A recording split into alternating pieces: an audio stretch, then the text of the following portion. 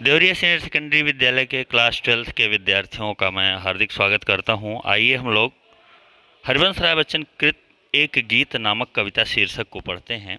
हरिवंश राय बच्चन जी ने आत्म परिचय नाम से पहला शीर्षक दिया हुआ था। इस शीर्षक को आपने पढ़ा और उस शीर्षक को पढ़ने में आपने देखा कि उन्होंने अपने बारे में इतना सारा कुछ आपके सामने रखा कि जिसके बाद आपको यह बिल्कुल ही स्पष्ट हो जाए कि किन किन भावनाओं से ओतप्रोत हैं हरिवंश राय बच्चन जी, कौन कौन से कार्य उनको पसंद आते हैं, वे दुनिया के लिए क्या कुछ कितना कुछ करना चाहते हैं। इन सारी चीज़ों का वर्णन आप लोगों ने पिछले कविता शीर्षक में प्राप्त किया। और अब हम देखते हैं कि ये अपने जीवन की एक ऐसी कमी कहा जा सकता है, ये ऐसे जीवन के एक तथ्य को आपके सामने उसका रहस्योद्घाटन करना चाहते हैं। रहस्योद्घाटन करना मतलब अपने मन के अंदर छुपी हुई एक ऐसी बात को कह देना जिसके कहने के पश्चात निश्चित रूप से आप उनके दुख दर्द को समझ सकते हैं, जान सकते हैं। और इसीलिए पहला शीर्षक ऐसा रखा गया जिस शीर्षक के अंतर्गत हरिवंश राय बच्चन जी आप को स्पष्ट करते हैं कि दुनिया कैसी भी है लेकिन दुनिया के कल्याण के लिए मैं प्रयास करता हूँ। दुनिया के प्रति मेरा कर्तव्य है, उसको मैं पूरे तरीके से निभाता हूँ। हाँ, दुनिया का व्यवहार कैसा है मेरे प्रति इसका मैं कभी चिंता नहीं करता हूँ। दुनिया ज्ञान सीखती है और मैं सीखा ज्ञान भुलाता हूँ। ऐसा कहने का मतलब है दुनिया इस चीज़ को सीखना, अपने आप को ज्ञानी बनाने के लिए सीखने का काम करती है कि मैं कितना चालाक हो जाऊं। और मैं सोचता हूं, मैं हरिवंश राय बच्चन सोचता हूं, मैं दुनिया के कितने काम आ जाऊं, यह मेरे जीवन का लक्ष्य है। तो ये दोनों बिल्कुल विपरीत चीज़ें हैं कि एक व्यक्ति दुनिया में चालाकी सीख करके अपने आप को विद्वान समझे और दूसरा व्यक्ति दूसरे लोगों के लिए स्वयं को न्यौछावर करने में अपने जीवन की सफलता समझे। ये दोनों विपरीत चीज़ें हैं। यानी इन दोनों चीज़ों में आपको वह मिलेगा, ऐसा कुछ भान होगा, ऐसा कुछ एहसास होगा कि सच में एक व्यक्ति का दुनिया के लिए अपने आप को समर्पित कर देना ये अलग चीज़ है, बहुत बड़ी चीज़ है। और दुनिया के द्वारा कही गई बातों का चिंता न करना और अपने मौज में मस्त रहना, आनंदित रहना, ये दूसरी चीज़ है। और आनंदित रहने के साथ साथ जगत कल्याण के लिए प्रयास करना ये एक और विशिष्ट चीज़ है।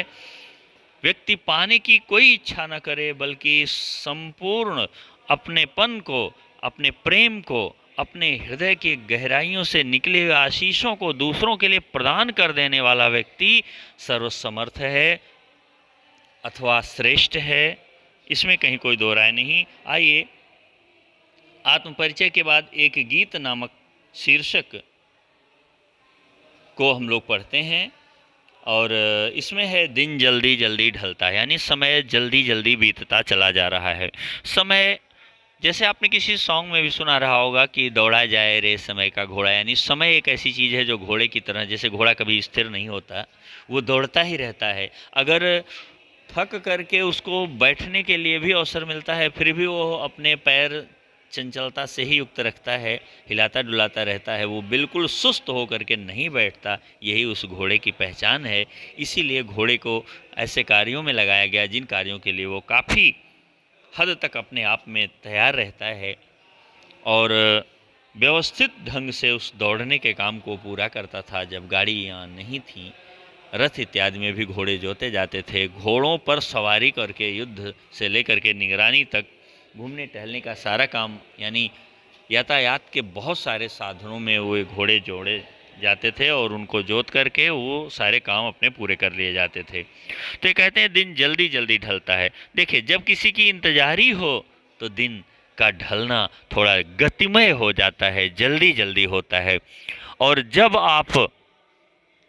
आप किसी ऐसी स्थिति में हो कि किसी की इंतजारी न हो, समय कम हो और उस कम समय में ही आपको थोड़ा ज़्यादा काम निपटाना हो या बड़े जिम्मेदारी के साथ काम निपटाना हो, तो ऐसे समय में समय की गति लगता है थम सी गई है और वह व्यक्ति परेशान होता है कि समय कितनी जल्दी बीत रहा है। जैसे मान लो आप सालों साल बाद कहीं बाहर से आए हैं, अपनी माँ के पास बैठे हैं, उसकी गोद में सर रख करके और आप उससे कुछ बातें कर रहे हैं। आपके पास 24 घंटे का ही समय है।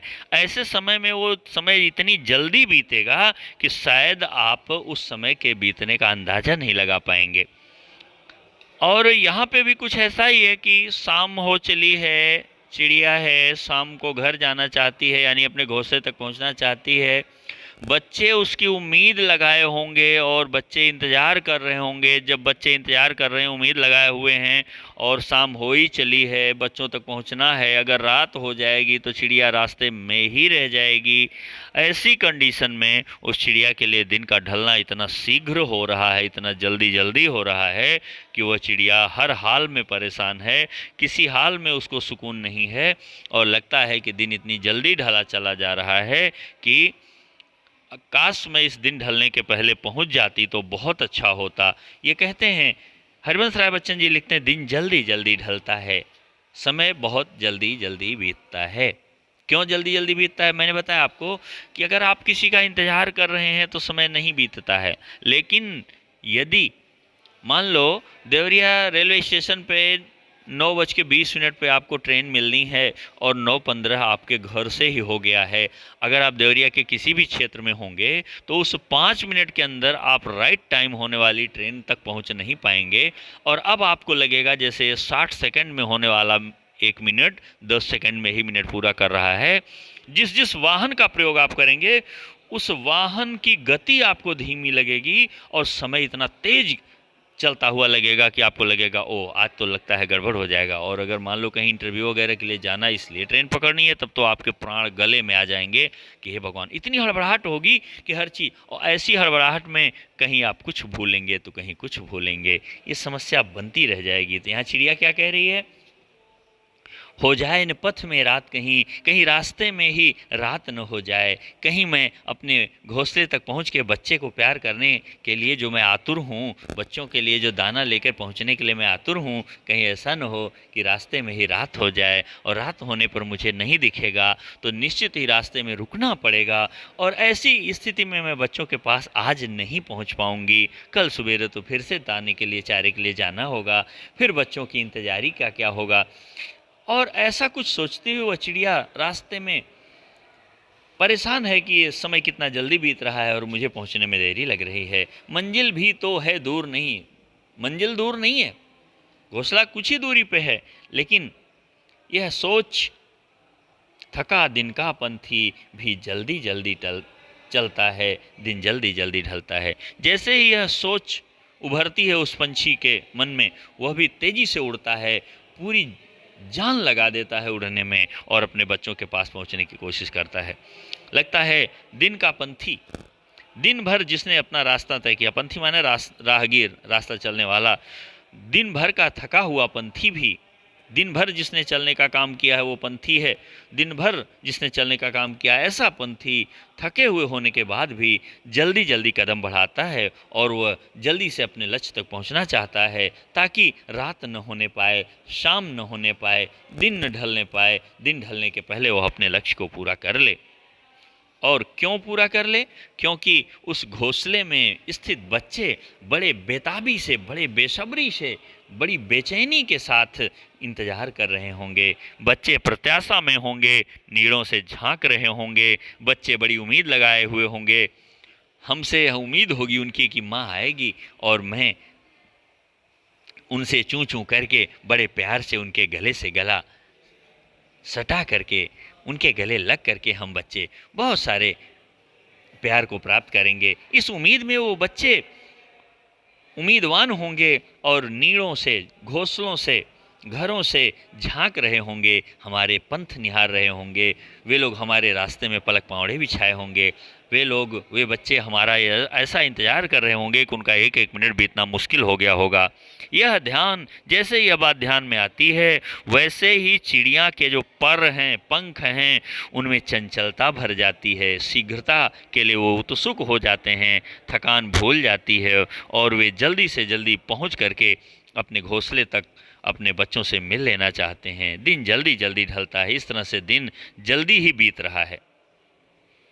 अब इतना सब कुछ कहने के बाद हरिवंश राय बच्चन जी को याद आया कि अरे चिड़िया को जल्दी है, बच्चे उम्मीद लगाए बैठे हैं। सूरज, एक तरह से अगर माने तो सूरज निश्चित रूप से रात्रि की गोद में जाके विश्राम करना चाहता है। साहित्य की निगाह से देखिए, आप इसको साइंस की निगाह से मत देखना कि रात तो कहाँ सूरज तो कहाँ विश्राम। तो रात, सूरज जो है दिन भर चलते चलते थका है, रात्रि की गोद में जा करके विश्राम करना चाहता है। तो सूरज को जल्दी है, चिड़िया को जल्दी है, लेकिन मुझे क्यों जल्दी है? मैं हरिवंश राय बच्चन, मुझसे मिलने को कौन विकल। ये हरिवंश राय बच्चन जी के जीवन के वो क्षण है जिसमें वो अकेले थे, घर पे भी इनका कोई अपना नहीं था। और उस अपने की तलाश में जिन लोगों को घर जाने की जल्दी है, इनको उस जल्दी को देख करके कुछ इस तरह से समस्या या कुछ इस तरह से इनको चिंता होती थी, जिस चिंता के कारण ये परेशान हो जाते थे और ये कहते हैं मुझसे मिलने को कौन विकल, मुझसे मिलने के लिए कौन व्याकुल है, मैं हूँ किसके हित चंचल, मैं किसके लिए चंचलता दिखाऊं, मैं किसके लिए जल्दी जल्दी कदम बढ़ाऊं, मैं किसके पास पहुंचने के लिए जल्दी मचाऊं। यह प्रश्न, जैसे ही यह प्रश्न उठता है, शिथिल करता पद को तुरंत ही पैर शिथिल पड़ जाते हैं, कदमों की गति धीमी पड़ जाती है, मैं आगे बढ़ने में असमर्थ महसूस करता हूँ, भरता और में विह्वलता है और हृदय विह्वल हो जाता है, व्याकुल हो जाता है, परेशान हो जाता है और मैं परेशान होकर के रह जाता हूँ। दिन जल्दी जल्दी ढलता है और इस तरह से दिन का ढलना बड़े शीघ्र से होता है उनके लिए जिनके घर पे कोई इंतज़ार करने वाला है। लेकिन मेरे तो घर पे कोई इंतज़ार करने वाला ही नहीं है, मेरे पहुंचने पर कोई प्यार से दौड़ने वाला ही नहीं है, मेरे पहुंचने पर कोई रास्ते में पलक बिछाने वाला नहीं है। अगर इतना प्यार करने वाला कोई घर पे है नहीं, घर पे भी अकेला हूँ, रास्ते में भी अकेला हूँ, तो मेरे लिए रास्ता और घर दोनों बराबर की हालत में ठहरा। और इस तरह से हरिवंश राय बच्चन जी अपने मन की व्याकुलता, अपने मन की व्यग्रता, अपने दिल के दर्द को आपके सामने रखते हैं। आइए इस कविता के इस मूल भाव को समझते हैं कि इस वास्तव में जीवन जीने के लिए, प्रेम से हंसने के लिए, खिलखिलाने के लिए बहुत सारे बहाने की आवश्यकता होती है, बहुत सारे साधन की आवश्यकता होती है। उन साधनों के अभाव में, उन अपनों के अभाव में आपके जीवन में सन्नाटा होगा, सूनापन होगा, परेशानियां होंगी। अपने दुख को भी और अपने सुख को भी बांटने के लिए अगर अपने न हो तो वे सुख दुख, न तो सुख का आनंद मिल पाएगा और न तो दुख झेला जाएगा। इसलिए दोनों ही परिस्थितियों में अपनों का होना बहुत आवश्यक है।